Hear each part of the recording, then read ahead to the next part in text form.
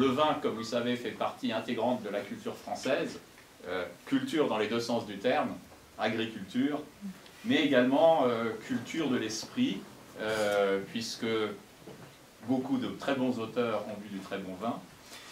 Le vin a été source de conflits, et j'en parlerai jeudi quand on parlera de l'histoire de la France vue à travers le vin.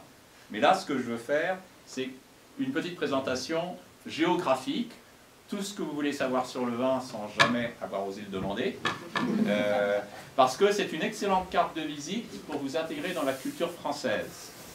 Il vous suffit de juste quelques notions fondamentales et vous pourrez tenir une conversation avec presque tous les Français sur le vin, parce que les Français sont nés dedans, mais ne le connaissent pas nécessairement si bien que ça, donc vous pouvez les rattraper très vite en étudiant un petit peu. Et comme je sais que les étudiants de Middlebury travaillent très très sérieusement, vous pouvez vous faire une connaissance, une culture du vin très rapidement. Et ensuite, ça vous permet de briller dans les cocktails et dans les dîners mondains et apporter la bonne bouteille et savoir en parler. Parce que pour briser la glace, rien de tel que parler un peu du vin. Vous arrivez chez quelqu'un d'un bord politique totalement opposé. Dès que vous parlez du vin, ah, tout le monde se comprend. Tout le monde se comprend et voilà. Et ça permet de grandes choses. Alors, donc, vous pouvez connaître la France des départements, ça ne vous servira pas à grand chose. Vous pouvez connaître la France des cantons, encore moins. Ça, vraiment, franchement, la carte des régions, il faut suivre. Surtout en ce moment, ça change. Alors, suivez les infos. Mieux encore, la France des fromages. Alors là, évidemment, d'ailleurs, vous connaissez la citation du général de Gaulle. Comment voulez-vous gouverner un pays où il existe 258 variétés de fromage? Eh oui, grand problème. Mieux encore, la France des vignobles. Alors c'est cette carte-là qu'il faut apprendre. Hein. Oubliez tout le reste. Avec cette géographie-là, vous avez en différentes couleurs les différentes régions, et on va en explorer quelques-unes, pas toutes, évidemment, parce qu'on n'a pas le temps. Mais déjà, j'en superpose une autre. J'ai superposé les fleuves. Et vous voyez que la première chose qui frappe, c'est que la plupart des vignobles français sont soit sur la côte de la Méditerranée, là où ont débarqué les Phéniciens, les Grecs, les Romains qui ont apporté la vigne, soit le long des fleuves, parce que les fleuves étaient navigables, et les civilisations sont passées par les fleuves et ont installé le vignoble sur les fleuves. Et d'ailleurs, le vignoble, les différents types de raisins, qu'on appelle en français les cépages, en américain vous dites les variétés, les Français disent les cépages, les différents cépages ont été introduits par des tribus qui sont soit remontées par le Rhône depuis la Provence, soit descendues le Rhône depuis la Suisse. Et on ne le sait pas, mais en fait, les tribus suisses, les tribus helvètes, ont introduit beaucoup de cépages en France. Les cépages sont également arrivés par les Pyrénées, par l'Espagne d'ailleurs. Là, les cépages, justement, les principaux cépages, inutile de les apprendre, parce qu'en fait, ils ne vous serviront pratiquement à rien, parce que les Français ne parlent pas du vin en termes de cépage. Aux États-Unis, oui. Vous dites, je vais acheter un petit Sauvignon ce soir, ou un petit Chardonnay, ou j'aimerais bien un Merlot. En français, vous dites ça, il y a un. En France, on raisonne par endroit. Je vais apporter un vin de Loire, je vais apporter un vin de Bourgogne, je vais apporter un vin d'Alsace. Et en principe, c'est automatique. Quand vous dites, je vais apporter un vin de Bourgogne, un Français devrait tout de suite savoir et vous dire, évidemment, Pinot Noir. Mais pas tous les Français le savent d'ailleurs.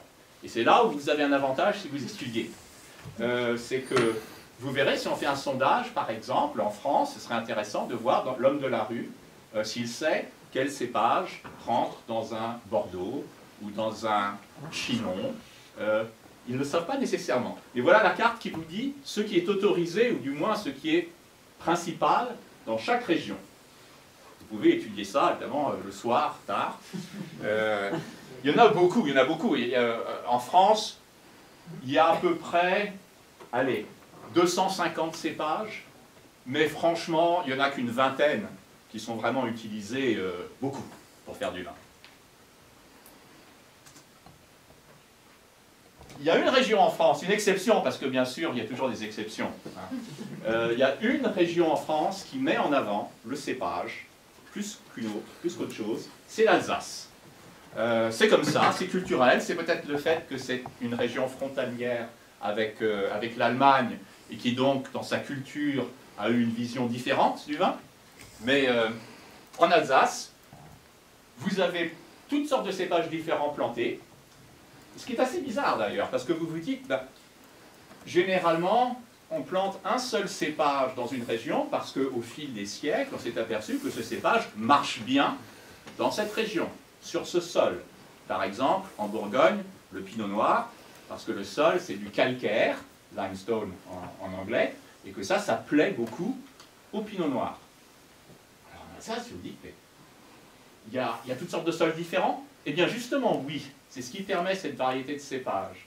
L'Alsace est ce qu'on appelle un rift, c'est-à-dire un écartement volcanique, tectonique, avec toutes sortes de failles, de fractures, qui ont découpé le sol, qui fait que vous faites 100 mètres, vous avez changé de sol. Vous êtes sur du granit, vous faites 100 mètres, vous avez franchi une fracture, vous êtes sur du calcaire. Ce qui vous permet de cultiver des cépages différents. Par exemple, le Riesling se plaît sur le granit, le Gewürztraminer se plaît sur calcaire.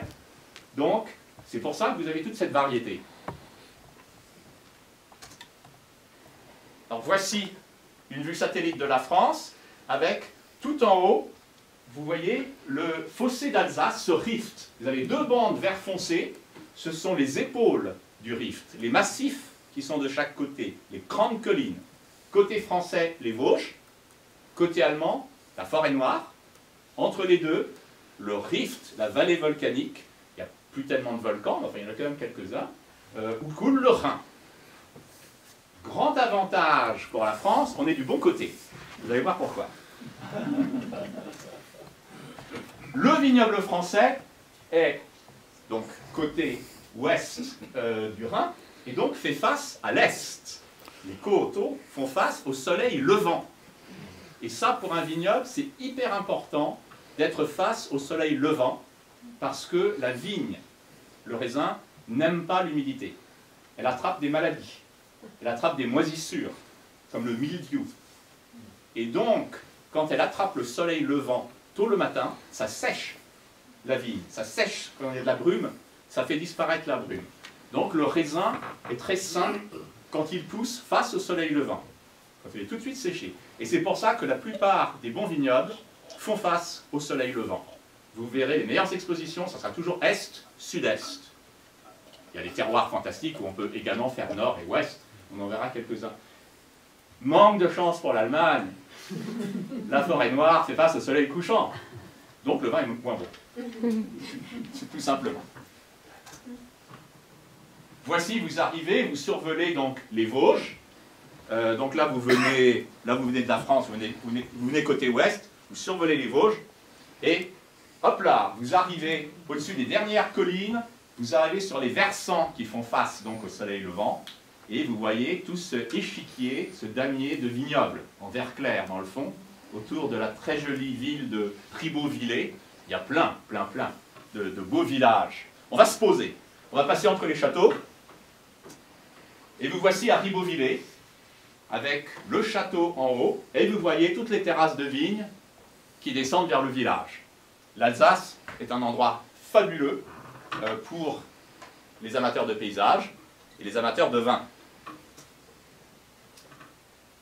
Mon endroit favori, le Kaisersberg, qui veut dire donc la montagne, la colline de l'empereur, qui est près de Colmar, à peu près au milieu du Rift. Vous avez le village en arrière-plan, vous avez des vignes dans la vallée, et surtout vous avez des vignes qui montent sur la montagne. Alors pourquoi est-ce que les vignes se plaisent sur les versants? Pourquoi est-ce qu'il faut faire des vignes sur les coteaux plutôt qu'en plaine? Deux raisons. D'abord l'effet du soleil. Si vous êtes horizontal, bon, vous attrapez le soleil, très bien. Mais si vous êtes sur un versant, vous êtes penché vers le soleil comme un panneau solaire. Et donc vous prenez plus de watts au mètre carré. Vous prenez plus d'insolation. Donc ça c'est la première raison. La deuxième raison, il y a une pente, et donc l'eau s'en va. quand il pleut. Je vous dis, la vigne n'aime pas l'eau, il ne faut pas lui donner trop d'eau. Donc les vignerons veulent évacuer l'eau. Et une pente, ça le fait. Donc voilà les deux raisons pour lesquelles on plante plutôt sur des coteaux, face au soleil, si possible, le vent. Là, un exemple justement à Kaisersberg. Vous avez deux collines, c'est différent. D'un côté, vous avez le Schlossberg côté château. Il y a une faille, justement, qui passe, ce qui fait que le terrain est différent de l'autre côté, parce qu'il y a eu des changements, des mouvements de terrain, qui ont fait que vous avez des couches maintenant différentes à gauche et à droite. À gauche, sur le Schlossberg, vous avez du granit. Ça vous donne du bon Riesling. Les meilleurs Riesling d'Alsace, vous les trouverez au Schlossberg, c'est ce qu'on appelle un grand cru d'Alsace. Et ça ne sera pas pareil en haut, en bas. Vous avez 3 Riesling différents, un Riesling un peu gras pour le poisson en bas, un Riesling très tendu, très vif pour les grillades de poisson en haut, le homard, vous le mettez au milieu. Ah, le Furstentum, il ne veut pas. Je ne sais pas pourquoi. Et je vous présente juste un vigneron, parce qu'il faut parler des hommes et des femmes qui font le vin, puisque un terroir, c'est à la fois un endroit, un climat, la météo locale, le cépage, la variété de raisin qui va avec, et le vigneron. C'est toutes ces notions qu'englobe le terroir. Étienne Leuf fait un excellent Riesling. Et pas cher. Il est près de Strasbourg, si vous y allez. Westhofen. Alors, on ne peut pas s'attarder. Vous voyez la petite flèche. On va aller d'Alsace en Bourgogne. Alors, Bourgogne, maintenant, il n'y a pas 36 cépages. Un cépage pour le rouge, un cépage pour le blanc. C'est comme ça, parce que le mariage est idéal. La Bourgogne, c'est toute la même roche, toujours la même chose. C'est du calcaire, hein, toujours limestone, calcaire, comme à Middlebury. Avec de temps en temps un peu plus d'argile, un peu moins d'argile, des toutes petites variétés. Et à l'échelle locale, ces petites variétés feront des vins un peu différents. Vous faites 100 mètres, le pinot noir sera un peu... Ah, je viens de le dire. Le pinot noir sera un peu différent. Parce qu'effectivement, le roi, le cépage roi de la Bourgogne, c'est le pinot noir. Il y avait un autre cépage qu'on cultivait dans la région, qu'on appelle le gamay. Depuis les temps médiévaux, on plantait les deux. Mais, ça n'a pas plu à tout le monde. Alors, d'abord la Bourgogne. Bon, il y a un petit eux qui se balade. La Bourgogne, vous avez évidemment les très beaux châteaux avec les toits en tuiles vernissées, ça c'est très joli. Et puis donc vous avez le pinot noir qui est... Alors on dit pinot parce qu'il est en forme de pomme de pin. C'est de là que vient le nom pinot, hein. On dirait une pomme de pin. Eh ben, c'est Philippe II le Hardi, que vous connaissez tous, n'est-ce pas, duc de Bourgogne, qui a interdit en Bourgogne le très mauvais et déloyal plan de Gamay. Et il va plus loin d'ailleurs. C'est un édit en date du 31 juillet 1395. Alors il ordonne aux vignerons par cet édit d'extirper, détruire et mettre à néant jusqu'à Mâcon le très mauvais et déloyal plan de Gamay, duquel plan vient très grande abondance de vin, lequel vin est de telle nature qu'il est moult nuisible à créature humaine, car il est plein de très grande et horrible amertume. C'est officiel.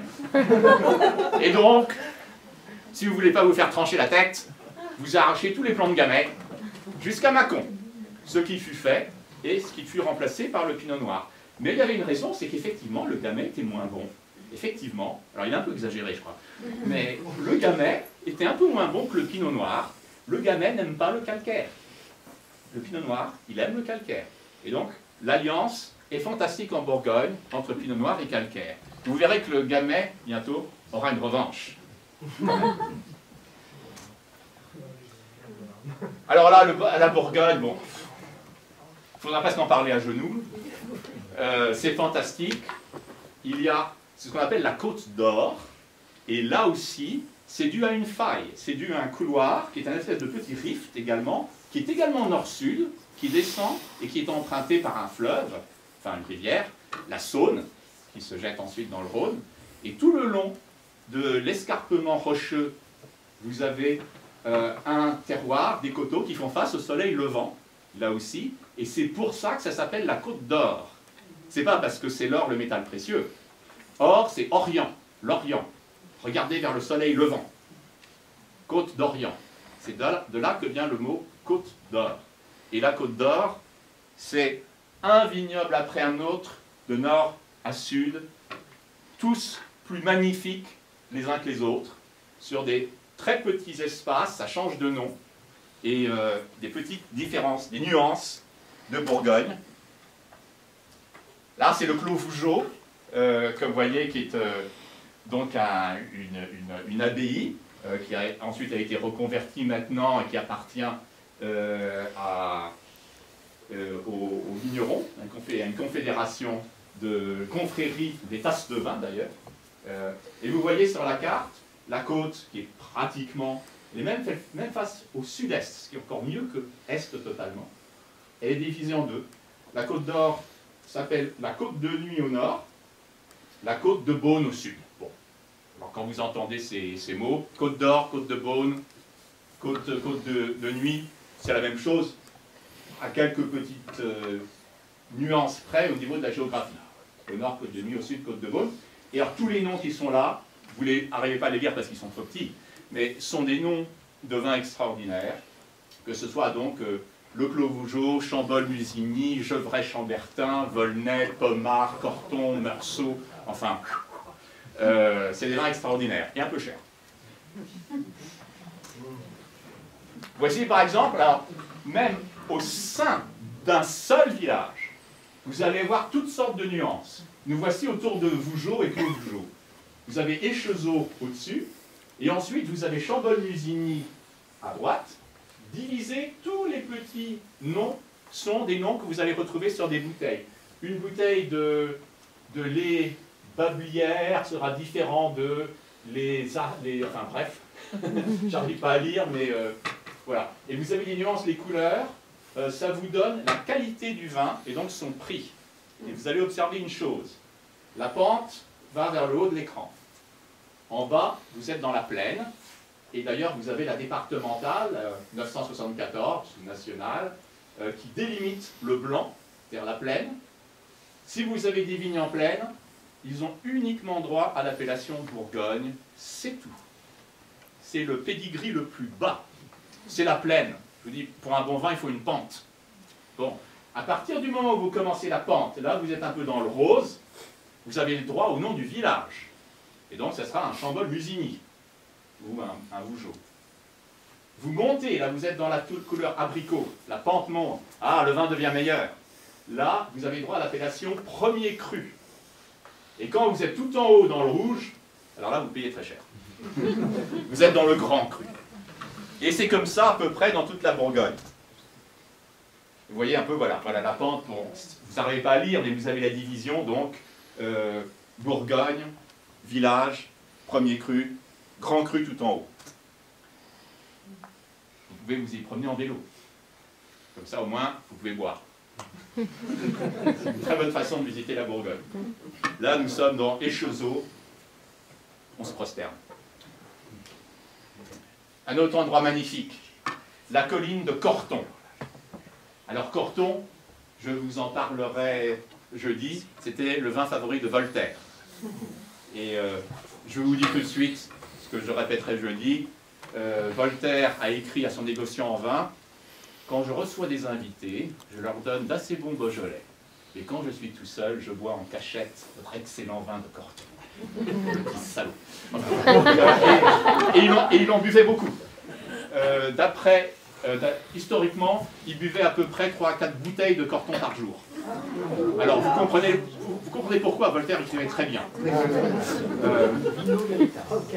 In vino veritas, absolument. Alors là aussi, vous voyez les couleurs. Dans le blanc, en bas, vous êtes dans la plaine, vous n'avez le droit qu'à l'appellation Bourgogne. Dès que vous avez franchi la départementale, vous êtes dans le jaune, vous avez droit au nom du village. Et dans ce cas-là, ça sera à Los-Corton, ou si vous êtes un peu plus au nord, le nord est à droite, vous serez la loi Sérénie, etc. Quand vous montez en orange, vous avez droit, premier cru, là le vin coûte plus cher. Pour vous donner une idée, vous êtes en bas, côté blanc, vous payez votre bouteille 6, 7, 8 euros, ou de là. Vous êtes dans la Los-Corton, 15 euros. Vous êtes dans l'orange, à Los-Corton premier cru, 25 euros. Vous montez dans le rouge, Corton, d'abord vous vous mettez à genoux, et ensuite ça va être 30 euros. Et quand vous êtes tout en haut, 50 euros. Et ça c'est au départ, hein, c'est la première année. C'est pas après plusieurs années chez un caviste, et c'est pas au restaurant. Parce que là vous multipliez par 4. Et dans Corton, alors pareil, chaque petite parcelle a son nom. Là j'ai encadré les renardes. Et un Corton les renardes sera différent qu'un Corton les Bressantes, qu'un Corton le Clos du Roi, qu'un Corton les Perrières. Ils auront chacun un goût différent parce que sur chaque petite parcelle, le climat est légèrement différent. Vous montez, il y aura un peu plus d'air, un peu moins, etc. Un tout petit peu plus froid la nuit. Vous êtes près du haut, il y a une forêt.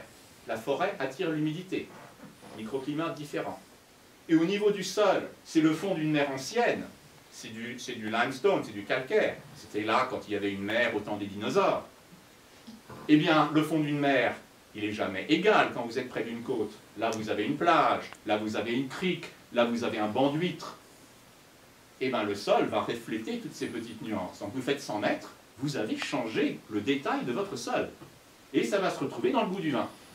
Donc, les spécialistes reconnaîtront les yeux bandés, un Clos du Roi, d'un les renards. Pas moi, mais eux. Nous voici justement dans le Corton. Les renards, et vous voyez que même sur l'étiquette, ils vont le mettre en avant. Vous ne voyez pas Bourgogne là-dessus. Hein, ça n'a plus aucune importance. Vous êtes au-dessus de tout ça. Vous êtes Corton, attention.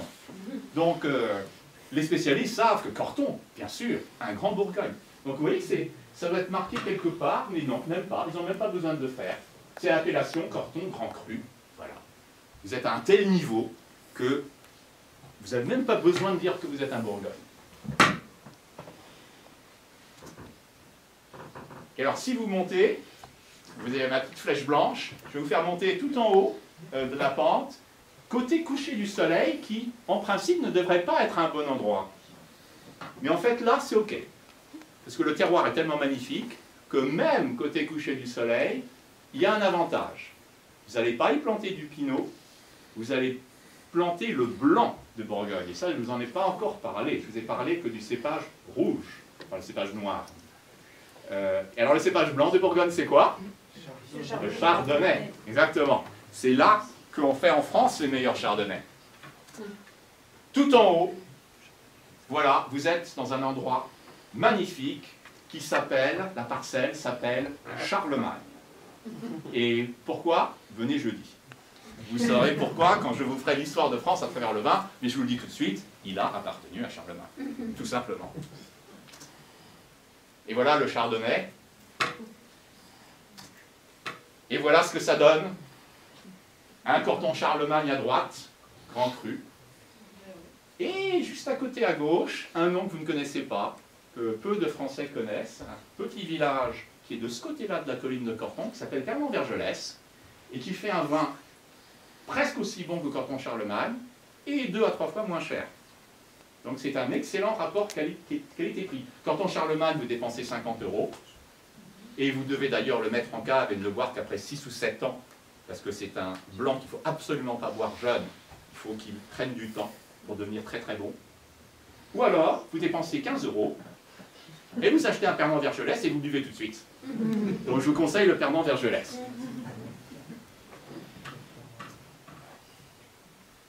Alors, nous allons continuer notre visite de la France en allant plus au sud. Alors, on reste dans les mêmes cépages. On se dirige vers Mâcon. Vous savez que c'est à partir de Mâcon que Philippe II le Hardi disait, donc on arrache tout le Gamay jusqu'à Mâcon. Hein. Donc on reste dans la bonne vieille Bourgogne du duché de Bourgogne. Alors le Mâconnais, le Mâcon, il est connu également pour son chardonnay, puisqu'on est à peu près sur les mêmes calcaires, mais l'appellation, vous allez tout de suite la reconnaître, Pouilly-Fuissé. C'est de là que vient Pouilly-Fuissé. Les Américains aiment bien le Pouilly-Fuissé. Il a beaucoup de succès, et à juste titre. On peut appeler ça un Bourgogne, parce que le Mâconnais fait partie de la Bourgogne. Donc, c'est une spécialité de vin de Bourgogne. Pareil, le Pouilly-Fuissé est un peu cher, surtout aux États-Unis, parce qu'il a beaucoup de succès, donc on fait monter un peu les prix. Mais achetez quelque chose autour de Pouilly-Fuissé, et ça sera moins cher. Bon, c'est difficile à trouver aux États-Unis, plus facile à trouver en France. Achetez du Saint-Véran, qui est juste au-dessus. Il sera 2 fois moins cher, tout aussi bon. Ou alors achetez un Mâcon Village, tout bête, et ça, on en trouve à Middlebury. J'ai vu au Discount Liquor Store, un Mâcon Village, 9 $. Que demande le peuple? Voilà. Et alors que le Pouilly-Fuissé à côté, 30 €, 30 $. Donc, je ne vais pas encore goûter, mais j'en ai acheté un. Voici le paysage de Pouilly-Fuissé. Vous qui connaissez Pouilly-Fuissé, mais qui n'avez pas encore une image à mettre avec ce joli nom. Voici, c'est un très très bel endroit.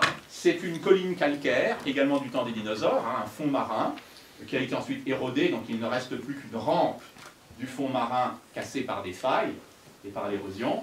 Et c'est un endroit célèbre, ça s'appelle la roche de Solutré. C'est un endroit très intéressant pour plein de raisons.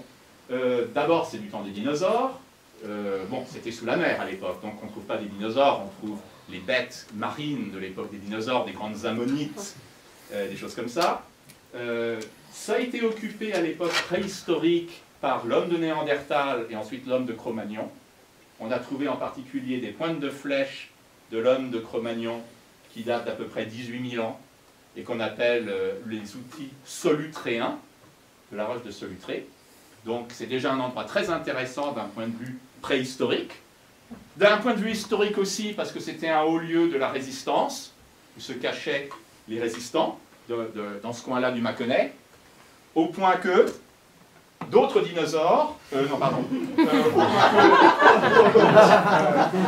que, vous savez, François Mitterrand et ses ministres qui en faisaient l'ascension rituelle tous les ans, bien sûr pour les journalistes, hein, c'était pas, ils le faisaient également un peu pour leur image, mais Mitterrand aimait bien tous les ans faire une balade. Il y a une très belle balade à faire pour monter jusqu'en haut de cet éperon rocheux et avoir une vue fantastique sur le Pouilly-Fuissé que je vais vous montrer. Voilà, c'est magnifique. Vous voyez une autre roche du même type de l'autre côté. Elle s'appelle la roche de Vergisson, qui fut également habitée par l'homme de Néandertal, l'homme de Cro-Magnon. En bas, le village de Vergisson, qui est un des villages du Pouilly-Fuissé. Pouilly-Fuissé s'étend sur 5-6 communes, 5 ou 6 villages, sur à peu près 2 km. Et vous voyez tout cet échiquier de vignes en verre, et donc du chardonnay. Et François Mitterrand, dans un de ses écrits, a dit que depuis le haut de cette roche de Solutré, d'ici je vois ce qui va, ce qui vient, et surtout ce qui ne bouge pas. Mitterrand avait une belle plume, il savait bien écrire. Donc, voilà pour le Pouilly-Fuissé.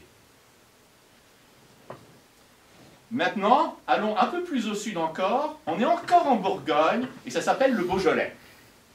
Alors, on est encore en Bourgogne, mais enfin c'est limite, et on change de terrain, on sort du calcaire, et on rentre dans le granit. Et là, on trouve le Gamay, puisque Philippe II le Hardi avait dit on arrache les plants de Gamay jusqu'à Mâcon. Mais au sud de Mâcon, on a le droit. Et les vignerons ont bien su que le Gamay marche très très bien sur le granit. Le Chardonnay, le Pinot Noir, non, pas trop.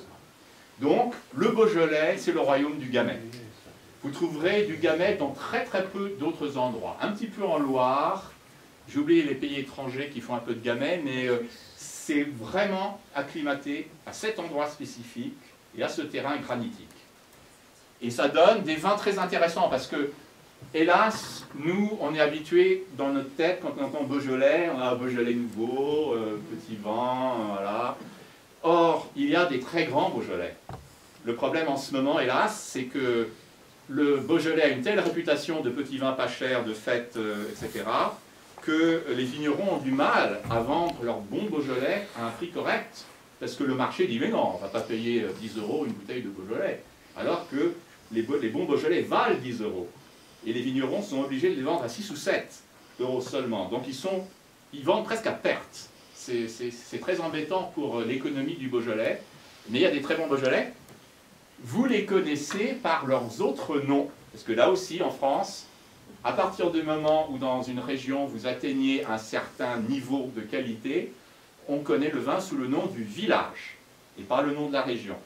Donc ça sera un Beaujolais village, et comme pour les Bourgognes, vous les connaîtrez par le nom du village, et pas simplement en tant que Beaujolais. Et je vais vous donner une liste de Beaujolais, et vous vous direz, ah bon, ça c'est un Beaujolais? Effectivement, les voici. Voici donc le Gamay et le Beaujolais. Les Beaujolais village sont en rouge. Toutes les couleurs, c'est du Beaujolais. Lilas, la couleur lilas, c'est du Beaujolais normal.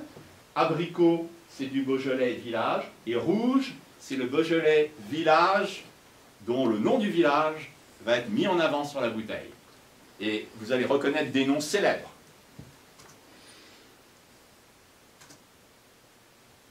Saint-Amour, Juliena, on ne prononce pas le S dans le Beaujolais, Chéna, Moulin à Vent, Fleury, Chirouge, Morgon, Régnier, Brouilly, Côte de Brouilly, il y en a 10. Il y aura une interrogation écrite vendredi. Vous devez les connaître par cœur. Ils sont superbes. Et ils ne coûtent pas cher, justement. C'est ça l'avantage, parce que le marché a été déprimé par cette histoire du Beaujolais nouveau. Les vignerons sont obligés de vendre ça à 6-7 € la bouteille, et vous pouvez avoir des très très bons vins. Alors c'est du Gamay, c'est pas du Pinot Noir, c'est un type un peu différent. Les paysages sont magnifiques, je vais vous montrer moulin à vent. Et oui, il y a un moulin à vent. Il y a un petit moulin à vent, bon, c'est pas un moulin à vent du XIVe siècle, hein, je suis désolé, c'est un moulin à vent du XIXe siècle, mais il a son nom parce qu'il y avait toujours eu des moulins à vent sur cette colline. Ce sont des collines, évidemment. Pour que le Beaujolais village soit un grand cru, il faut que ça soit sur une pente. Donc vous n'êtes pas dans la plaine, vous êtes sur des pentes de granit, les anciens massifs de granit. Fleury. Voici Fleury. Un vin sensuel et intense, un vin féminin. Ah oui, mais c'est très sexiste là, non, en fait, Fleury, il y a énormément de vigneronnes. C'est un village où ce sont les femmes qui ont repris les domaines viticoles pendant la Première Guerre mondiale, quand les hommes n'étaient plus là.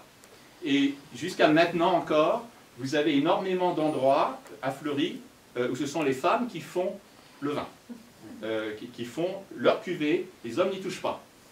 Donc, et effectivement, c'est un vin peu féminin. Il y a une différence. Quand vous entendez vin masculin, vin féminin, ça veut dire, en fait, grosso modo, un vin masculin est un vin assez puissant, alcoolisé. Un vin féminin, plus de parfum. Plus de parfums floraux, plus de finesse. J'éviterai d'ailleurs de parler de Chirouble. Mais bon, Chirouble, je vais quand même le dire pour me faire huer. Je vais sans doute me faire virer pour sexisme. Alors Chirouble, le Chirouble plaît beaucoup aux femmes, et pour cela, il faut que ce soit les hommes qui le boivent. Bon. Terminé. Je ne reviendrai plus à Miguel Jory. Alors, voilà donc Fleury. Et vous avez ces petits bonbons roses, c'est du granit. Vous êtes sur de la piraille de granit rose. Et le Gamay est assez spécial. Il n'a pas besoin d'être soutenu par un piquet. Il pousse en bouquet, comme ça, très bas sur la terre. C'est caractéristique du cépage Gamay. Pas besoin de poteaux, de fils de fer, etc. Et finalement, je vais vous montrer un dernier, Morgon, qui plaît beaucoup. Morgon, les Parisiens aiment beaucoup le Morgon. Il a beaucoup de succès à Paris en particulier. Il est un peu spécial, et parce que la roche est un peu spéciale. Le granit est rentré dans des sédiments et les a cuit les sédiments. Donc vous avez de la roche pourrie, on appelle ça de la roche pourrie. Et la vigne aime bien ça, et ça donne un petit goût un peu de kirsch. au morgon. Ça lui donne un petit goût un peu spécial et beaucoup de gens aiment le morgon à cause de ça. Nous voici à Morgon, ça c'est la côte de Py, c'est un des meilleurs petits endroits du Morgon. Nous voici pendant les vendanges, à Morgon. Et voilà, j'étais tombé au moment des vendanges. On fait une petite pause, on goûte un peu le raisin. Pour ceux qui ont vu le film hier, c'est quoi ça? Hein? Les feuilles, les raisins trop verts on les coupe, les raisins pourris on les coupe. Tu peux retrier ton cajot. Voilà, le tri, très important. Maintenant, on va faire un saut. On va sauter de rivière, on va partir de la vallée de la Saône et on va aller dans la vallée de la Loire. Tout un poème. Alors, la vallée de la Loire, évidemment, un grand axe fluvial, donc pour le commerce, c'est excellent. À nouveau, qui découpe le terrain, qui fait des vallées, donc vous avez des coteaux, plein d'affluents, donc également possibilité de rentrer dans les affluents pour exploiter les coteaux. Très important historiquement, l'Orléanais, etc., le comté d'Orléans, dans l'histoire de France, la guerre de 100 ans, on y reviendra. Il y avait de la vigne partout, il y en a toujours pratiquement partout dans la Loire. Là aussi, les cépages vont être différents. On a changé de région, on a changé de climat. Je vais commencer par un endroit. Alors, je m'excuse pour Sophia, nous n'allons pas voir, c'est pour le pouilly fumé. J'ai pris surtout des photos du Sancerrois, qui est de l'autre côté. Vous voyez, c'est un papillon. D'un côté de la Loire, vous avez à gauche Sancerre, et de l'autre côté, vous avez exactement en symétrique les coteaux sur les mêmes types de terrains qui sont le Pouilly fumé. Vous voyez, les noms, vous dites Pouilly fumé, Pouilly fuissé, ça n'a rien à voir. C'est même pas le même cépage. Pouilly fuissé, vous vous souvenez, c'est la Bourgogne, c'est le Chardonnay. Pouilly fumé, c'est la Loire, et c'est le Sauvignon. Ici, c'est le royaume du Sauvignon. Le meilleur Sauvignon de France est fait dans ce petit carré en amont de la Loire. Voici la butte de Sancerre. Alors Sancerre, bien sûr, formidable vin blanc sec et fruité pour aller avec les fruits de mer, les poissons, les fromages.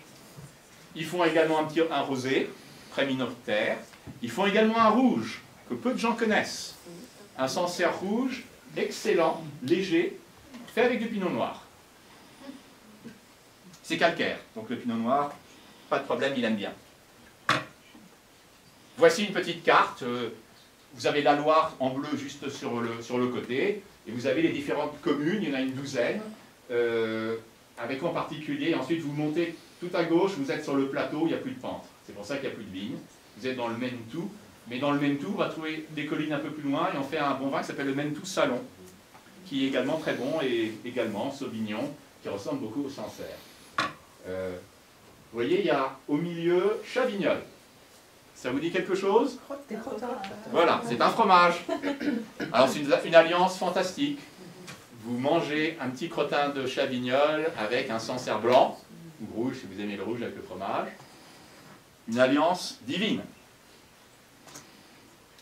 Voici d'ailleurs, vous êtes sur la butte de Sancerre, en haut de cette ville fortifiée, et vous regardez vers l'ouest, et vous regardez donc vers le plateau, et que au-dessus à l'horizon, vous êtes sur le plateau, il n'y aura plus de vignes. Il y aura des chèvres qui font du fromage de chèvre. Et dans ce petit entonnoir, tout au fond, là, contre la falaise, se trouve le village de Chavignol. Alors c'est le village que je vais vous montrer. J'aurais pu vous montrer d'autres villages de Sancerre, mais Chavignol c'est spécial.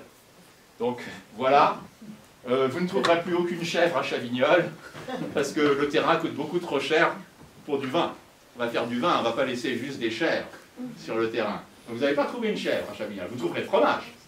Mais les chèvres, elles sont déplacées un peu sur le plateau. À Chavignol, vous avez également des parcelles qui ont des noms différents. Et là, vous avez les monts d'Année. Les monts d'Année. Ben, quand vous allez dessus, vous comprenez, au mois d'août. Là, vous comprenez votre douleur. Un vigneron qui travaille face au sud, à 2 heures de l'après-midi, sur une pente à 30 degrés, vous êtes damné. D'ailleurs, beaucoup d'ignorants sont... Non. Musique inquiétante. Pour ceux qui ont vu le film.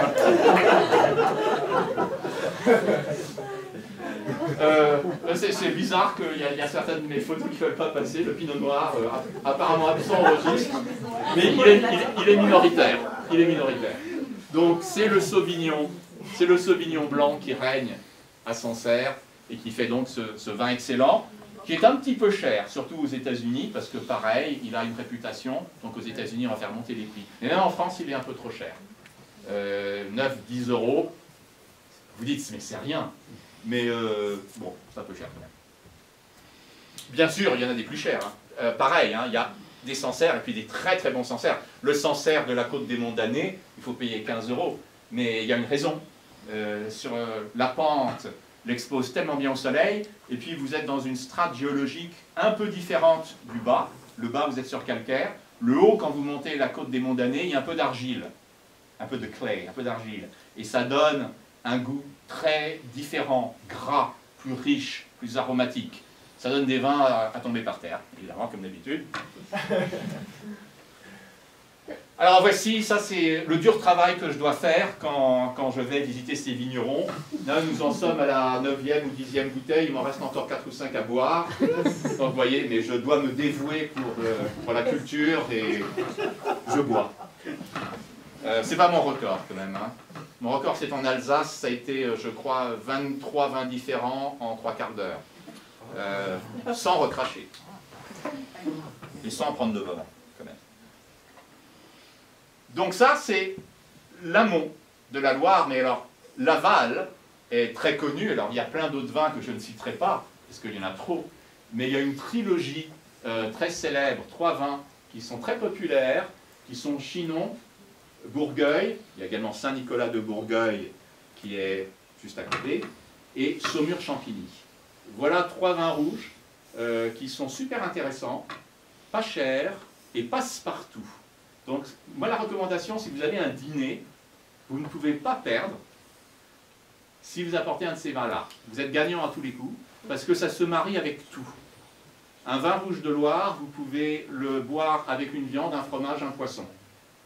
Donc, quand vous ne savez pas ce que fait votre hôte à manger, amenez un vin de Loire, un petit rouge de Loire. En plus, on appelle ça les vins d'intellectuels, parce qu'ils ne vous donnent pas la migraine. Vous pouvez en boire beaucoup et continuer à parler. Donc les vins de Loire sont très sympathiques.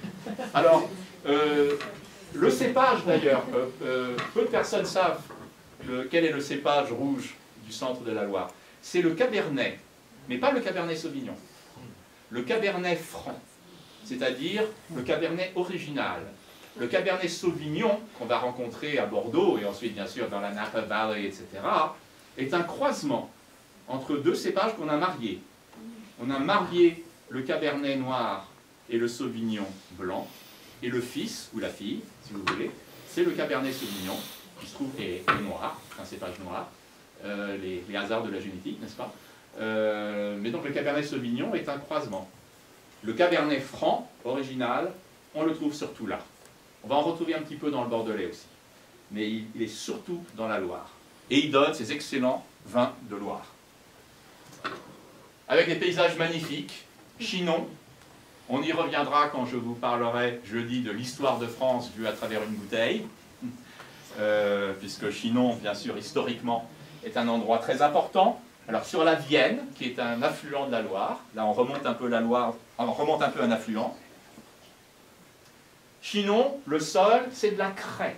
C'est un calcaire, mais très crayeux. C'est une craie. Et là, une très belle vue en coupe sur le chemin de Cravant-les-Coteaux, qui est un village près de Chinon. Vous voyez bien la craie. C'est une craie avec des petites particules de quartz, de mica, ce qui fait qu'elle scintille. Elle est très jolie, et donc elle est utilisée pour bâtir les châteaux de la Loire. C'est ce qu'on appelle le tuffeau. Le tuffeau de Touraine, et tous les beaux bâtiments, que ce soit Chinon, que ce soit les autres châteaux de la Loire, sont bâtis en cette craie qui a beaucoup d'avantages. Elle est légère, c'est de la craie, elle est facile à tailler, elle est isolante. Donc, fantastique pour les sculpteurs et la pierre dominante de toute l'architecture de la Loire. Et pour le vignoble, fantastique. Le Cabernet, il adore. Les caves sont faciles à creuser dans la craie. Et donc, vous pouvez tout de suite creuser une cave sous votre vignoble et stocker le vin. Là, c'est une cave à Bourgueil. Un petit Chinon. Alors, Chinon, bon, il y a deux types de vins à Chinon. Celui que vous achèterez généralement au supermarché sera un Chinon fait en bas dans le fleuve, dans le gravier, on va dire, hein, dans les bancs de sable de la Vienne. Et ça sera un Chinon jeune, facile à boire, fruité, celui auquel vous vous attendez. Mais il existe un autre Chinon. Le Chinon qui est fait justement sur la craie, en montant dans les coteaux. Plus cher, et ça donne un vin avec beaucoup plus de corps, de puissance, d'arôme, on dirait presque un Bourgogne. Donc vous avez deux types de Chinon. Il sera un peu plus cher, celui-là, et c'est un Chinon justement de tuffeau. Il sera un peu plus cher. Sinon, un Chinon normal, ce sera 5 ou 6 euros, un Chinon de gravier, et puis un Chinon de tuffeau fait sur calcaire, là vous êtes 10 euros, mais ça vaut le coup. Saumur, voilà, encore un château justement fait en tuffeau. Saumur avec ses vignobles, a toujours eu des vignobles, bien sûr. Et un petit peu en amont de Saumur, il y a un petit village qui s'appelle Champigny. Et ça donne le Saumur Champigny. Et ça, c'est donc un des bons petits vins de la Loire. Et là, ce qui est très intéressant, c'est que vous voyez que dans la falaise du bord de Loire, la Loire, elle est là où vous êtes, dans la falaise qui borde la Loire, on creuse carrément dans la falaise, et les gens habitent dans les grottes, ont toujours habité à l'intérieur. Ils ne bâtissaient pas des maisons au milieu des champs, ils vivaient dans la falaise. C'est ce qu'on appelle les habitations troglodytiques. Et jusqu'à l'arrivée du chemin de fer, jusqu'aux années 1850, les gens de cette région vivaient à l'intérieur de la falaise. Ça donne des avantages formidables pour les vignerons. Par exemple,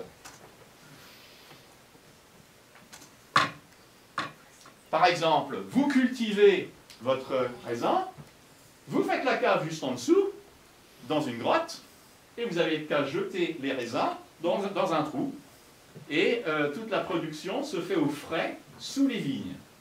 Et c'est ce qu'on appelle des gîtes. Et dans ce paysage de Saumur-Champigny, vous trouvez de temps en temps des cheminées par où les vignerons jetaient le raisin. Et c'était, la production se faisait en dessous. Et de temps en temps, maintenant, comme les gens vivent dans ces endroits souterrains, ils font des résidences secondaires, de temps en temps, c'est une antenne de télé qui sort des vignes. Ou une cheminée. C'est assez particulier. Voilà, là vous êtes dans un trou, justement, et vous voyez tout ce monde souterrain qui s'était développé dans les coteaux donc, de la Loire. Voilà, c'était carrément des villages. Alors imaginez que là, hein, vous êtes au sous-sol, et il y a des charrettes qui circulent avec des chevaux. Tout ça, ce sont des marchands à gauche et à droite. C'est fantastique, le vin est stocké, il est au frais. Et donc, ce qu'on appelle l'intégration verticale, hein, dans toute sa splendeur économiquement. Et là, ça c'est un caméraman avec moi, on a décidé de faire une petite pause, quand même. Donc il est contre la craie, en train de boire un petit Chinon, là. Alors, bon, on ne peut pas ne pas parler, bien sûr, du Bordelais, n'est-ce pas, quand même, hein? Alors, le Bordelais, c'est tout un poème, c'est immense, c'est compliqué. Il y a énormément de types de Bordeaux. Donc voici un agrandissement. J'ai une carte un peu plus simple qui va vous résumer tout ça. Et là, il faut passer du temps, hein, dans le Bordelais. Le Bordelais est divisé vraiment en deux types de Bordeaux, à gauche et à droite, rive gauche et rive droite de la Garonne. Vous avez d'un côté ce qu'on appelle, le côté de Bordeaux d'ailleurs, vous avez ce qu'on appelle la péninsule du Médoc, et ensuite en descendant les Graves. Ensuite, vous voyez qu'il y a un affluent qui se jette, ça fait un triangle qui se jette donc qui joint la Garonne, c'est la Dordogne. Et côté Dordogne, vous êtes dans un autre territoire du Bordelais où on fait le Saint-Émilion, le Pomerol. Donc là où vous avez vu le film hier soir, se passe de ce côté-là, à droite de la carte. Et entre les deux, vous avez ce qu'on appelle entre-deux-mers. Alors bon, ils avaient dû boire, parce qu'ils ne se sont pas rendus compte que c'était des rivières. Entre-deux-mers. Ça veut dire entre, en fait, ça veut dire entre deux eaux, tout simplement. D'ailleurs, Médoc aussi, ça veut dire entre deux eaux. Med Oceanis, entre deux océans. D'un côté, l'immense estuaire de la Garonne qu'on appelle la Gironde, de l'autre côté, l'Atlantique. Et donc, Médoc, entre deux océans, là aussi. Alors là, deux raisins. Nous sommes maintenant dans le sud de la France, et les choses changent. On se met à mélanger les raisins. Alors que dans le nord de la France, c'est un cépage par endroit. On fait du pinot noir, on fait du sauvignon, on fait du cabernet franc. Là, on fait ce qu'on appelle un assemblage. On va cultiver, mélanger deux jus de raisin différents. Parfois, on va les élever différemment. Hein. En fait, on va élever un raisin dans un fût de chêne, un autre dans un autre, et puis à un moment donné, on va les mettre ensemble, on va les assembler, et les proportions vont varier. C'est ce qu'on appelle un assemblage, et c'est typique du sud de la France. Très rarement va-t-on trouver en France, un vin, en sud de la France, un vin fait avec un seul cépage. Généralement, c'est un mélange. Alors là, le problème, c'est que dans le Bordelais, vous avez également des sols différents, donc vous ne pouvez pas faire le Cabernet Sauvignon partout. Enfin, vous pouvez, mais il sera particulièrement bon si vous le mettez côté Médoc, parce que côté Médoc, vous avez du gravier, des petites roches qui ont été amenées par les torrents qui sont descendus des Pyrénées. Et donc, c'est pour ça que ça s'appelle les graves d'ailleurs, là en bas, sous Bordeaux, cette appellation. C'est parce que c'est du gravier. Et le Cabernet Sauvignon, il adore le gravier. Donc, vous allez surtout trouver du Cabernet Sauvignon de ce côté-là. Et donc, dans tous les vins de ce côté-là, les grands vins du Médoc, vous savez déjà automatiquement qu'il y aura une majorité de Cabernet Sauvignon. Il y aura un petit peu de l'autre cépage que je vais vous présenter maintenant, mais le Cabernet Sauvignon sera majoritaire. L'autre cépage, c'est le Merlot, et lui, il aime plutôt le calcaire et l'argile, et ça, il le trouve à Saint-Émilion. Donc à Saint-Émilion, de l'autre côté, quand vous prenez un Bordeaux de là-bas, il sera majoritaire Merlot. Mais il aura quand même un peu de Cabernet Sauvignon, parce qu'on allie les deux, parce que chacun apporte quelque chose quand même au vin. Le Merlot va apporter du fruit, va apporter de la couleur, etc. Donc de toute façon, on assemble pour avoir le vin qu'on veut. Allons faire un tour à Saint-Émilion, puisque le film, bien sûr, s'est déroulé là-bas. Donc je vais vous montrer quand même quelques images. Donc Saint-Émilion, donc Merlot, hein, calcaire, Merlot, mais un peu de Cabernet Sauvignon. Alors on va dire, grosso modo, 3/4 Merlot, 1/4 Cabernet Sauvignon, ça varie. Et puis on peut rajouter d'autres petites choses. Hein. On peut rajouter du Cabernet Franc, on peut rajouter du Malbec. Il n'y a pas seulement 2 cépages, ça peut être 3, 4, 5, en petite dose. Vous avez reconnu? C'est ce que vous avez vu dans le film hier soir. Vous êtes en haut du plateau de Saint-Émilion, vous êtes les remparts de la ville, et vous avez la cathédrale. À droite, vous avez le grand clocher de ce qu'on appelle l'église monolithique, qui est en bas de Saint-Émilion, et à gauche, l'abbaye, la basilique, je ne me rappelle plus comment, le terme technique officiel, également. Et donc, au premier plan, eh bien, vous avez reconnu, bien sûr, c'est le Clos Fourtais, là où a été tourné le film de hier soir.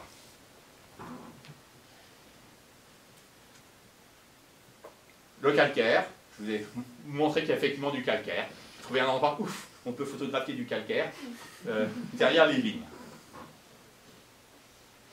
De l'autre côté, vous êtes dans le Haut-Médoc, alors il y a plein de noms célèbres. Là, je vous en ai pris qu'un seul, c'est Margaux. Et donc Margaux, c'est le Cabernet Sauvignon maintenant, qui est dominant. Et si vous ne me croyez pas que c'est du gravier, voilà, il y a du gravier partout dans le Médoc. Et alors, bon, ensuite, il y a des noms célèbres. Hein. Vous montez un peu au nord, et vous avez par exemple le château Lafite Rothschild, j'en passe et des meilleurs. Pour ceux qui aiment le Bordeaux, là, bien sûr, vous êtes au paradis. Et pour terminer, parce qu'il est temps quand même de passer un peu à discuter de tout ça, juste un tout petit coup sur les côtes du Rhône. Je ne pouvais pas passer partout, donc on ne va même pas pouvoir aller en Provence, ni en Champagne, ni bon, on ne peut pas tout faire, hein, mais je voulais quand même vous montrer les côtes du Rhône. Là aussi c'est un mélange de vignes, de raisins différents. Et d'ailleurs, les Américains, vous allez reconnaître, une alliance que vous faites également maintenant en Californie et dans d'autres États, c'est le GSM, le Grenache Syrah Mourvèdre. Et c'est l'alliance qui est maintenant, qui a été découverte et qui a été cultivée maintenant en Californie pour imiter les côtes du Rhône. La Californie fait déjà des vins qui ont le style du Bordelais, du Bordeaux, et maintenant ils en ont des très très bons qui vont dans la mouvance Côte du Rhône. Ils appellent ça GSM parce que ce sont les 3 cépages prépondérants des Côtes du Rhône. Par exemple, le Châteauneuf-du-Pape, c'est principalement de la Grenache. Effectivement, ou le Grenache. Du Grenache, pardon. La Syrah, en revanche, en voilà un qui est féminin. Ce cépage-là, la Syrah, elle est plutôt du nord des côtes du Rhône, mais on la trouve également dans le sud. La Syrah, alors là, c'est Côte-Rôtie, c'est des endroits fabuleux au nord des côtes du Rhône. Châteauneuf-du-Pape, alors on dit généralement, le Châteauneuf-du-Pape, effectivement, 13 cépages différents sont autorisés légalement dans un Châteauneuf-du-Pape. Alors, généralement on dit, il y a 13 cépages dans un Châteauneuf-du-Pape. Non, en fait, c'est la loi qui dit qu'on peut mettre 13 cépages. Mais principalement, il y aura 3 ou 4 cépages avec Grenache majoritaire. Ça coûte cher. Évidemment, c'est un vin célèbre. Donc, la dernière recommandation que je vous donne, c'est un vin un petit peu à l'est, au nord-est. Alors ça, pardon, Châteauneuf-du-Pape, je montre quand même. Hein. Châteauneuf-du-Pape, le terroir est fantastique, ce sont des gros galets. Ce sont des très très gros galets qui retiennent la chaleur du soleil, la journée, et qui rayonnent au crépuscule par infrarouge, qui rayonnent la chaleur, ce qui fait dire aux vignerons, mon raisin mûrit la nuit. Ça veut dire qu'ils ont une beaucoup plus lente, beaucoup plus longue période de mûrissement pendant la journée, grâce à cet effet radiateur des gros galets, qui ont été apportés par les torrents au sortir de l'ère glaciaire, de l'âge glaciaire. Donc ce que je voulais dire, petit clin d'œil, si vous voulez payer moins cher un très bon vin, montez là, allez à Gigondas, et là on prononce le S, on est dans le sud de la France, Gigondas. Allez à Gigondas, et là, vous avez du bon vin, un petit peu moins cher que le Châteauneuf-du-Pape. Donc un Châteauneuf-du-Pape, vous allez payer 20 €, à Gigondas, vous allez payer 10, à peu près. Et il est fantastique aussi. Donc, comme quoi, hein, il ne faut pas seulement aller après les grands noms. Donc, j'arrête là parce qu'on pourrait continuer. Là, si on était allé plus loin, on serait rentré dans le pays de Van Gogh, on serait rentré, ça c'est à Arles, peint par Van Gogh, les vendanges, et on serait en Provence, et on pourrait parler des vins de Provence. Mais tout a une fin, donc on s'arrête là pour avoir du temps pour les questions. Voilà ce petit tour à toute vitesse des vignobles de France, mais j'espère que ça vous donne un bon aperçu géographique du vignoble français, qui est évidemment multiple. Comme vous avez vu, et il y a beaucoup d'endroits dont on n'a pas parlé. La Champagne, la Savoie, le Jura, l'Auvergne même, la Provence, le Sud-Ouest, la Corse. Alors, la Corse, on va faire. Hein. S'il y a une explosion au château ce soir, vous saurez pourquoi. C'est que je n'ai pas parlé des vins de Corse. Donc, voilà, maintenant, s'il y a des questions, je serais content de...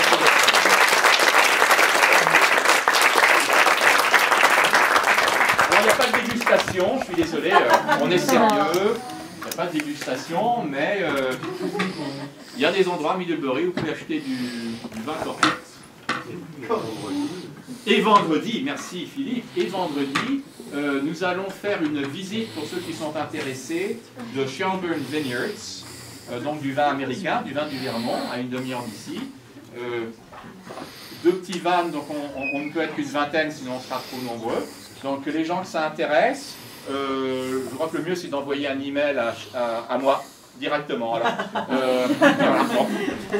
Donc c'est Frankel, c'est en un seul mot, c'est Frankel, F-R-A-N-K-E-L, @Middlebury.edu. Voilà. Si jamais vous ne retrouvez pas mon adresse, vous pouvez le dire à Sheila qui me le renverra, mais je tiens la liste. Voilà. Alors, on partirait à 14h45 du campus, vendredi après-midi, 3h moins le quart, et on reviendrait à temps pour dîner vers 5h30. Donc on passerait, ça prendrait une demi-heure pour y aller, une demi-heure pour revenir, et 1h30 sur place, où je vous guiderai donc en français, bien sûr. J'irai au préalable pour visiter tout seul en anglais. Et je répéterai toutes les bonnes choses qu'on me dira en français. Et vous aurez comme ça un aperçu de comment on cultive la vigne, et puis on goûtera des vins. 10 €. Pardon, effectivement, ça coûte 10 € qu'il faut payer au vignoble pour les dégustations et la visite. Voilà. Dollar américain, ça. Dollar.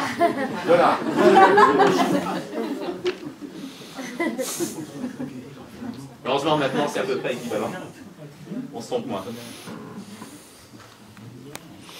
Oui. Moi, j'ai une question. La France est le pays du vin. Et le problème, c'est le réchauffement climatique. Oui. Et la question que j'aimerais poser, c'est est-ce que les vignerons français sont inquiets? Et si oui, est-ce qu'ils pensent à des stratégies pour justement juguler cette montée des températures qui va faire du mal à ces vins de Bourgogne qui sont les plus chers au monde? Oui. Il y a, le réchauffement climatique est très notable, et d'ailleurs les vignerons sont parmi les premiers à s'en être aperçus. Parce que c'est un registre très intéressant, parce que vous pouvez regarder la date des vendanges d'année en année, et vous voyez qu'elle est de plus en plus tôt. Et c'est une très bonne indication justement du développement du réchauffement climatique depuis les années 80. Le problème, effectivement, il est très embêtant. C'est difficile d'arrêter le changement climatique, comme vous le savez. Donc pour le moment, il n'y a pas trop de solutions. Sinon, alors vous avez une solution si vous êtes bien placé, vous montez en altitude. Il y a deux façons de fuir un réchauffement climatique: monter vers le nord ou monter en altitude.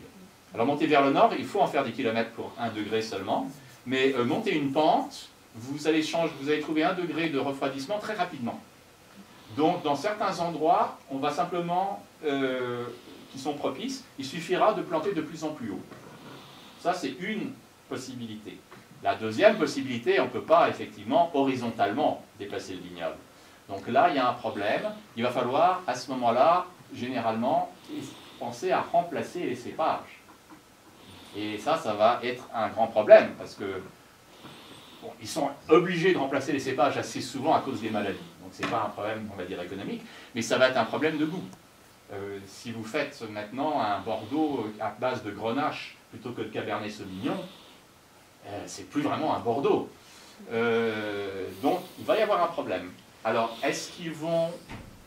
On peut également penser que par manipulation génétique, on va pouvoir peut-être faire évoluer un cépage pour qu'il puisse s'adapter à une plage de température différente.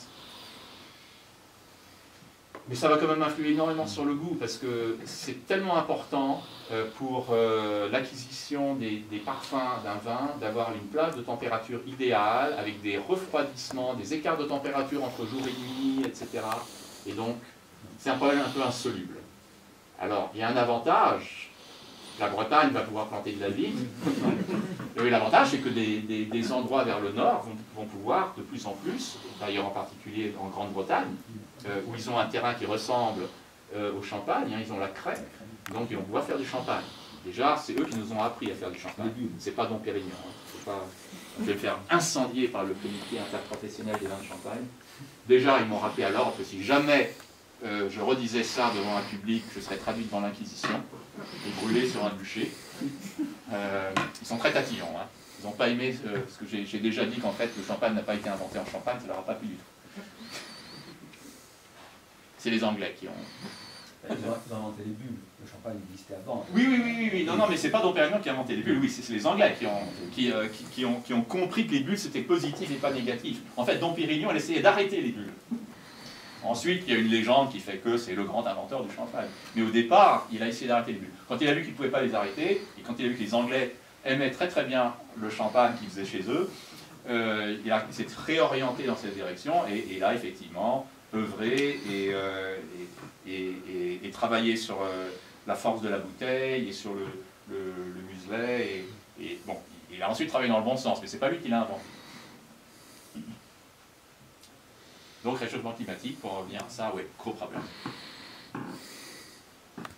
Bon, je pense que tout le monde a soif là. Oui. Deux mots sur la montée du vin rosé. Ah, oui, oui. Alors c'est vrai, j'ai pas du tout parlé de vin rosé, ce qui est un tort. Il y a du très bon vin rosé. Alors il y a du vin rosé bas de gamme dont on entend parler, par exemple Côte de Provence rosé sans autre pédigree. C'est un petit vin sympathique. Mais vous avez des très bons vins rosés qui sont faits en particulier dans la vallée de la Loire. Vous avez justement, Chinon va faire un bon rosé, Sancerre fait un bon rosé. Vous avez un superbe vin rosé qui est fait dans le Rhône, c'est le Tavel, qui est un peu spécial parce qu'il est presque rouge, il est à mi-chemin entre le rosé et le rouge, il est très fort. Il est supposé être l'un des meilleurs rosés du monde, c'est le Tavel donc. Et puis vous avez en Provence, à part les petits côtes de Provence en gamme, vous avez des très grands côtes de Provence en rosé, mais également en rouge. Côte de Provence, je n'ai pas eu le temps d'en parler, on pense souvent rosé, mais Côte de Provence font des très très bons vins rouges aussi.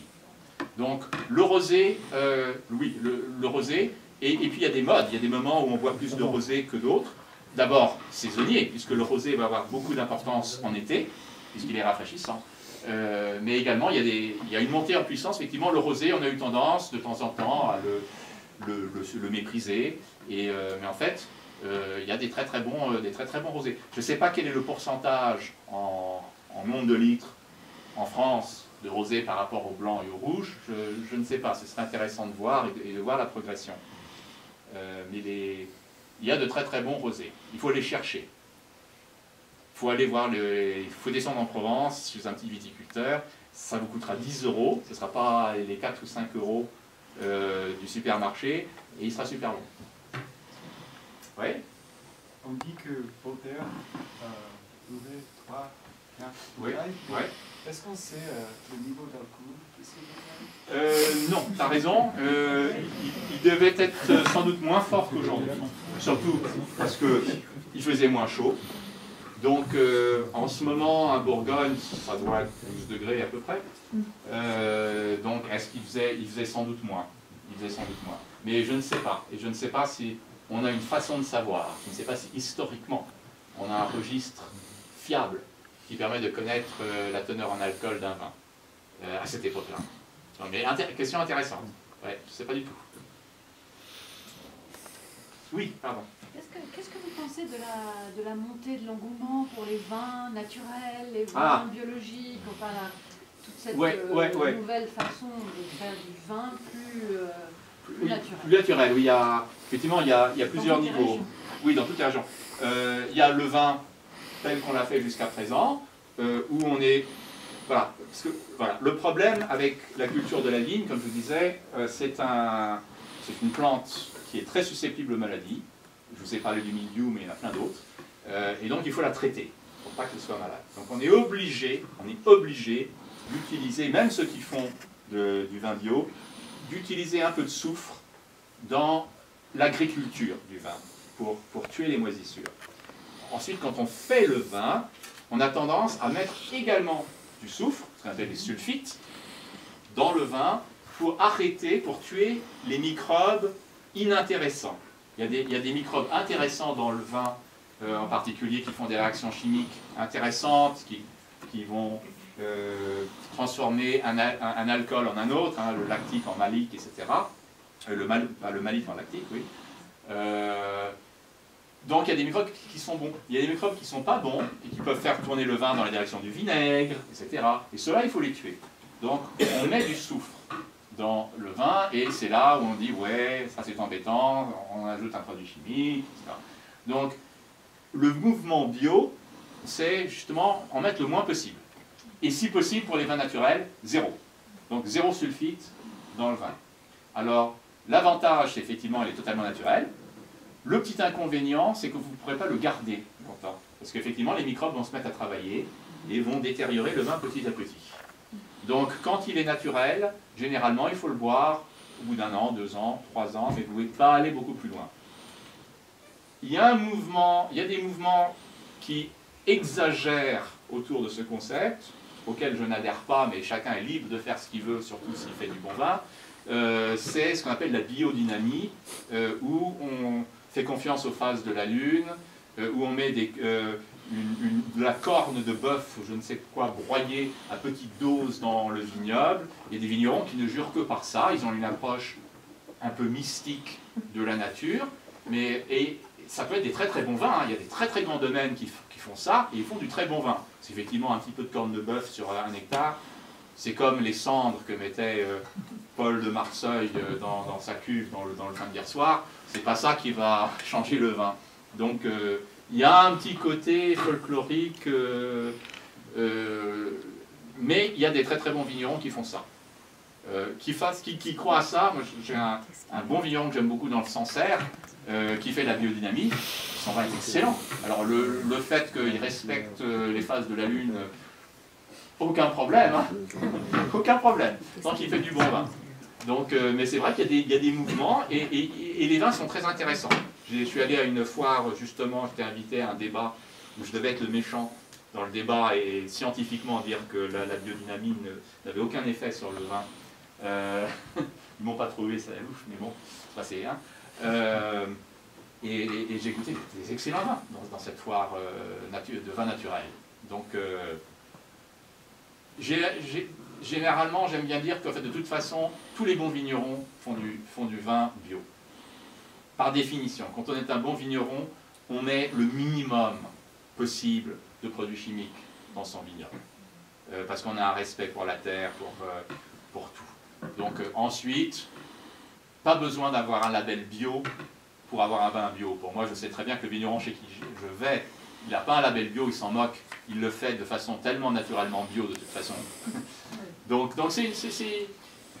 il y a de la mode, à la fois il y a de la mode, mais à la fois il y a une certaine... aller un peu plus loin dans la démarche, quand on fait du vin bio, on est encore plus exigeant, voilà. Oui.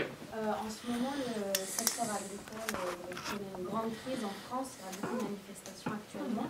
Est-ce que les vignerons rencontrent des difficultés particulières économiquement parlant? Est-ce que c'est dur d'être vigneron aujourd'hui? Je pense que oui. Je connais mal le côté économique, ça dépend des régions. Il y a des régions, comme je dis, le Beaujolais, je trouve est sinistré parce que les prix ne peuvent pas monter à cause de la mauvaise réputation que le Beaujolais nouveau a insufflé. D'un autre côté, le Beaujolais nouveau, il y a toujours les avantages et les inconvénients. Le Beaujolais nouveau, ça permet aux vignerons du Beaujolais de vendre très vite leur production et donc d'avoir du cash, d'avoir de la trésorerie très rapidement. Donc, il y a quand même un avantage. Mais c'est vrai que c'est un métier très dur, très coûteux à cause en particulier les charges sociales qui montent, etc. Ce qui est embêtant, c'est que dans beaucoup de régions, il faut récolter à la main. Donc vous avez besoin vraiment de beaucoup de main-d'œuvre. Si vous récoltez à la machine, demandez à Paul de Marseille du film de hier, il ne sera pas content. Donc il y a des coûts quand même qui sont incompressibles. Et je n'entends pas de grandes protestations. Il y en a eu historiquement de bien plus grandes dans le passé. Hein. Je connais mal l'histoire des contestations viticoles, mais à la Belle Époque en particulier, il y a eu des gros problèmes. Il y a eu le problème du phylloxéra, évidemment, qui avait complètement décimé le vignoble à partir des années 1880. Donc il y a eu des crises plus graves dans le passé. Je crois qu'aujourd'hui, c'est un secteur un petit peu épargné par rapport au reste de l'agriculture, qui a des beaux jours encore devant eux. J'entends pas parler encore de grandes crises. Et le Bordelais, alors le Bordelais, il y a les problèmes avec les reprises de domaines. En moyenne, quand même, le vignoble bordelais se porte bien. Bon, d'accord, il a une bonne cote, les prix sont... le marché est élevé. Il a gagné beaucoup d'argent dans les 20 ou 25 dernières années, et maintenant peut-être un petit peu moins, mais il a de quoi voir venir. Oui. Bon. Et la Bourgogne aussi, parce que les vins quand même sont très chers, ouais, sont très chers. Et il y a un engouement du marché, et il y a des nouveaux marchés, des nouveaux riches de différents pays qui sont prêts à payer beaucoup d'argent pour du vin. Donc de toute façon, les prix resteront élevés à cause de ça. Oui, puis quand on regarde tendanciellement sur 100 ans, et qu'on se place du côté du consommateur, les consommateurs sont beaucoup plus exigeants. Oui, alors les consommateurs sont plus exigeants, alors ils boivent moins, ça c'est le revers de la médaille, mais boivent mieux. Oui, ils boivent plus comme Voltaire,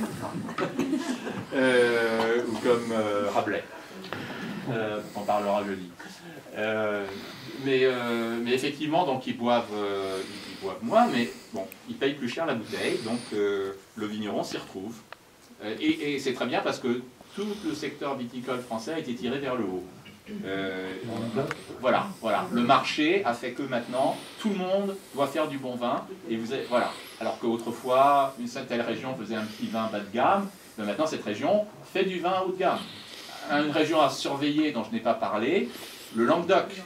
Le Languedoc a fait des vins formidables et un potentiel énorme. Autrefois, il faisait du vin médiocre parce qu'il le faisait en plaine. Et comme je vous dis, la plaine, ça n'a pas grand intérêt pour la qualité. Et avec le changement du marché vers les vins de qualité, le Languedoc s'est replié sur les collines et fait du vin excellent. Donc ça, c'est une grande région pour investir et à suivre. Moi, j'ai une question. Oui. Oui, c'est vrai, les Français, on boit mieux, on est plus exigeants, et en même temps, on ne sait pas vraiment ce qu'on boit. Et j'aimerais connaître votre avis sur le fait que, de manière récurrente, dans les journaux, on nous dit que le grand scandale du vin va éclater parce qu'ils mettent des produits, on ne sait pas trop, on ne sait pas vraiment ce qu'on boit. J'aimerais savoir ce que vous en pensez. Oui, et j'en parlais à Parker à table, oui, il y a le problème du fait que, à la différence de tous les autres produits alimentaires, il n'y a pas de législation qui vous dit que sur votre étiquette, vous devez lister tout ce que vous avez mis dans votre vin. Voilà. C'est quand même assez extraordinaire, quand même. À commencer par le cépage lui-même. Il y a des bouteilles, énormément de bouteilles, ils ne vous disent même pas ce qu'il y a dedans. Hein. Vous ne savez même pas si c'est un Grenache, un Mourvèdre ou n'importe quoi, ça ne sera pas marqué. C'est quand même très embêtant. Et il peut y avoir des produits, effectivement, un peu plus de soufre ou cela. Mais bon, il y a des scandales, et en particulier des mélanges de vins venus d'ailleurs, etc. Ça a toujours été fait. Et même, d'ailleurs, Georges Duboeuf a été pris en flagrant délit, justement, de mélange frauduleux de vin dans son Beaujolais, qui n'est pas du Beaujolais. Donc, paraît-il qu'il n'était pas au courant. Donc effectivement, il y a des petits scandales qui émergent ici et là. Mais je dirais qu'en règle générale, faites confiance à votre vigneron. Si c'est un bon vigneron, il est passionné et il ne va pas se laisser séduire par la facilité. Voilà. Ensuite, quand vous êtes dans des grandes entreprises, peut-être que... Bon, mais je ne devrais même pas faire la différence entre grandes entreprises et petites entreprises. Dans les deux, vous avez des gens plus honnêtes que d'autres. Et donc, faites confiance à un bon vigneron, ça se sait, etc. Donc, voilà. Je ne généraliserai pas, voilà. Je ne pense pas qu'il y ait un problème latent qui est énorme dans le vin français. Mais il y a des endroits, oui, où il y aura des scandales qui vont éclater. Oui. Pour rebondir sur ce que vous avez dit, je pense qu'il y a non seulement il y a deux choses qui sont produites en France depuis 20 ans. Il y a quand même des contrôles qui sont faits par les instituts comme l'INSERM qui s'occupent justement du vin. Il y a surtout les universités du vin qui sont créées en France. Je pense en particulier dans le Côte-du-Rhône à l'université de Suse-la-Beauce, qui est une université du vin et qui en fait contrôle la qualité de tout le vin du Côte-du-Rhône, y compris le Gigondas par exemple. D'accord. Je crois qu'il y a tout un travail qui a été fait de ce côté-là du point de vue pédagogique et la recherche scientifique sur le vin, c'est une recherche qui avance beaucoup. Oui, tout à fait. Oui, on a l'avantage, effectivement, surtout maintenant avec les études d'ADN, de pouvoir en plus bien reconnaître les cépages, de trouver leur filiation. Il y a plein de choses fascinantes qui se passent maintenant dans l'univers du vin. Et effectivement, beaucoup d'écoles, alors au niveau universitaire, puis il y a des lycées viticoles. Il y en a un très bon, justement, près de Pouilly-Fuissé. Donc, il y a du travail, il y a du bon travail qui se fait. Bon, tout ça vous donne soif, j'imagine. Hélas, il n'a rien à